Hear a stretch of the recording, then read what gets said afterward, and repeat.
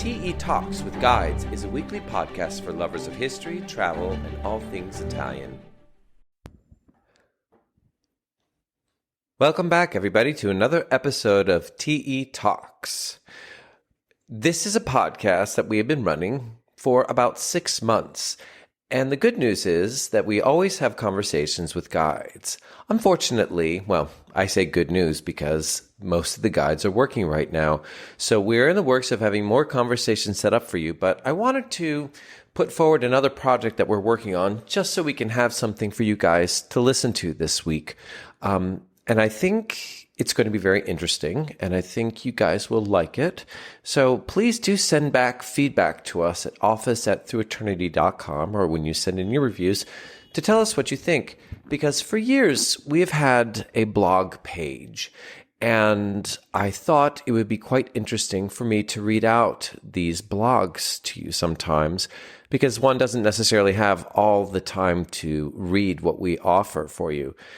And since this week we're going to be hitting into Halloween, where we're doing a special 4K walk on our YouTube channel, walking through the wonderful Verrano Cemetery, I thought something else who would fit into the Halloween theme would be Caravaggio and a little bit about his life. So relax, listen in, enjoy, and let us know what you think. Violence, art, and the watcher in the shadows, on the trail of Caravaggio in Baroque Rome. The artistic world of Michelangelo Merisi da Caravaggio is quite literally a world of darkness and light. The most original painter of his, and perhaps any generation, Caravaggio's radical approach to what painting could be created shockwaves in the world of art, dramatically ushering in the age of the Baroque, fashioning works of sublime beauty from the inky blackness of his imagination. He invented a new language of pictorial drama that was all his own. But with Caravaggio, the art of line and color is only the beginning. His life story, always teetering from one controversy to the next, retains an enduring fascination to the modern imagination. Through Eternity's Caravaggio in Rome tour follows in the footsteps of the controversial genius as he spent a madcap decade painting, brawling, and drinking on the streets of the Eternal City over 400 years ago. To give you a taste of what to expect on our itinerary, listen on for our take on Caravaggio's unique place in Rome's rich artistic tapestry. Rome, 1606. 2 men are playing a deadly game on one of the many tennis courts that dot central Rome. They are armed not with rackets, but with swords, and one of them is about to die. While fatal duels were nothing unusual in the violent landscape of 17th century Rome, the identity of the protagonists made this confrontation different. For the man who landed the fatal blow was none other than Michelangelo Merisi da Caravaggio, brightest star of the Roman art world, and already a fully fledged superstar at the tender age of 35. The details remain shrouded in mystery. Some say a disagreement over a disputed bet spiraled out of control. Others speculate that the bellicose Caravaggio and his young antagonist, Ranuccio Tommasini, were fighting over the affections of a local prostitute, and that the murdered man was her pimp. One thing alone is certain. Caravaggio inflicted upon his rival a mortal blow that left him bleeding out on the court. Caravaggio probably had no intention to kill Ranuccio. He had often been involved in violent tussles before, but always stopped short of doing anything that would ruin his reputation. Indeed, the nature of his fatal thrust tells another story. In severing Tommasini's femoral artery, Caravaggio missed his groin by only a fraction. In the highly symbolic and violent world of 17th century Rome, the logic of such a strike would have been clear to all. Painful, embarrassing, and sexually debilitating. Caravaggio intended that the memory of his tangle with the younger painter would stay with Ranuccio for the rest of his life. But the aim of Caravaggio's sword was not as true as that of his brush. And suddenly, the most renowned painter was a wanted man. That an act of violence, rash and brutal, would be the defining moment in Caravaggio's life is not surprising. Rome, at the end of the 16th century, was a very dangerous place indeed, and the city that the young Caravaggio found himself in when he reached Piazza del Popolo for the first time in 1592 was a rough tapestry of bars and brothels, a stomping ground for brigands, pimps, and mercenaries, where a misspoken word or an unintended slight could mean your life. The names of the inns may have changed, and the whorehouses may have gone, but the narrow streets and alleys of the Campo Marzio have changed remarkably little since Caravaggio and his cronies swaggered along them 4 centuries ago, swords at their sides. The young painter was immediately at home in his new surroundings. Caravaggio had a record a mile long, and much of what we know about him comes from legal proceedings and police records. Trouble seemed to dog his every footstep, and for 14 years he charted a madcap course through the streets of Rome.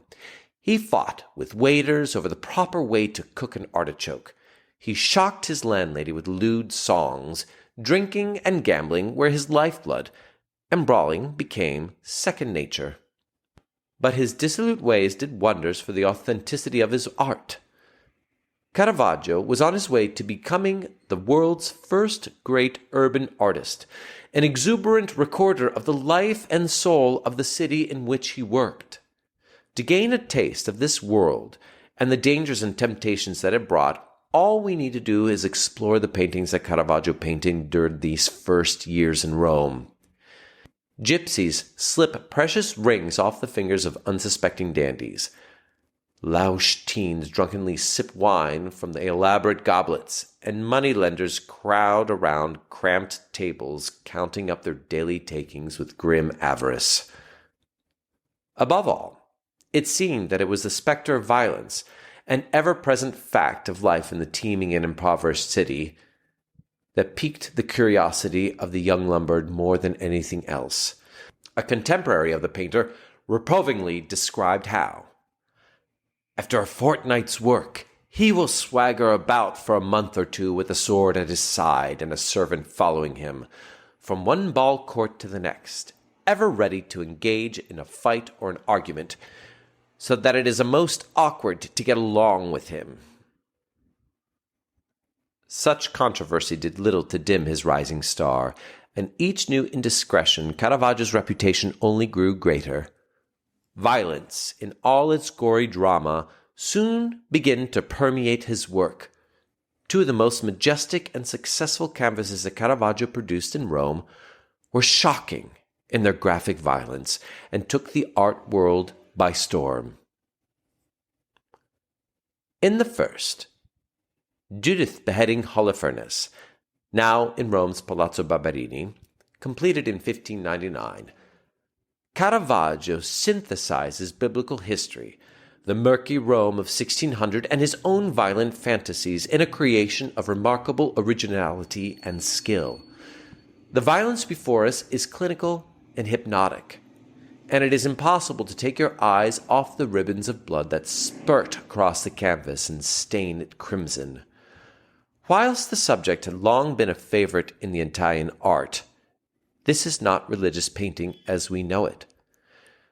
That same year, Rome was abuzz with the talk of one of the most notorious executions in its long history. A young noblewoman, Beatrice Cenci, was convicted of murdering her abusive father in a juicy and scandalous plot. Despite public sympathy lying entirely with the accused, no leniency was forthcoming, and Beatrice was duly beheaded outside Castel Sant'Angelo. in an enormous public spectacle. Caravaggio was probably in the crowd, watching on that day, and in the dark drama of the painter's latest canvas, its first viewers must have recognized the contours of their own world. Caravaggio's Judith, the biblical heroine who saved her people from destruction by slaying the Assyrian general in his sleep, is certainly not the archetype of an ancient Israeli widow. She seems more 16th century prostitute than religious paragon, and her wrinkled companion is more ancient procuress than faithful maid. Sex and violence mingle in a potential cocktail which unsurprisingly divided Caravaggio's contemporaries, with the traditionalists finding his paintings' conflation of sacred past and seedy present an indecorous and unforgivable provocation. Caravaggio was courting controversy, but the cocksure Lombard cared little for the opinions of his peers. Safe in the conviction that he had found a winning formula, the often brutal world of the Bible had found its most uncompromising and original interpreter. A year later, and the violence of biblical drama is once again at the tip of Caravaggio's brush. This time, the commission demanded a depiction of the martyrdom of Matthew for San Luigi dei Francesi's Contarelli Chapel, and the tension is electric. A scantily clad youth apparently awaiting baptism has risen up from the crowds of the faithful, sword in hand, and is poised to dispatch the unsuspecting saint. An altar boy flees in panic as a motley crowd looks grimly on, powerless to intervene. But it is a scruffy cloaked figure lurking in the shadows, ready to make his furtive escape, whose presence interests us the most. The figure is none other than Caravaggio himself, repulsed and yet beguiled by the terrible power of violence of his own creation. He glances over his shoulder, scared yet transfixed, unwilling or unable to aid the stricken saint. To insert oneself into a painting as a kind of signature was nothing new, but never so melodramatically as this. Art and life for Caravaggio are making their inexorable way towards each other. They are drawing ever closer and will eventually meet in that bloody drama of the tennis court. Caravaggio's increasing daring with the brush was unfortunately matched by an increasing dare on Rome's dark and dangerous streets, and the watcher in the shadows would soon become protagonist. In that instant of transformation from observer to perpetrator, Caravaggio lost everything. From the most famous painter in Rome, a man feted by cardinals and aristocrats, Caravaggio was reduced to an exiled fugitive, fleeing justice and pursued by unknown assassins out for revenge. There was a price on his head, and a reward for anyone who produced it. Like the impoverished pilgrims whom he painted with such skill in the churches of Rome at the height of his powers, Caravaggio was forced to humbly seek absolution from the all-powerful Christian hierarchy. By now, believing in his own mythology and the transcendental power of his art, he decided to do so through what he knew best: painting.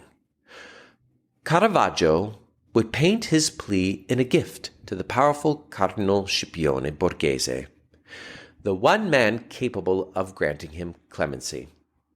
Now, hanging in the gallery of the Villa Borghese, what Caravaggio came up with was one of the most startling and unexpected self-portraits in the history of art.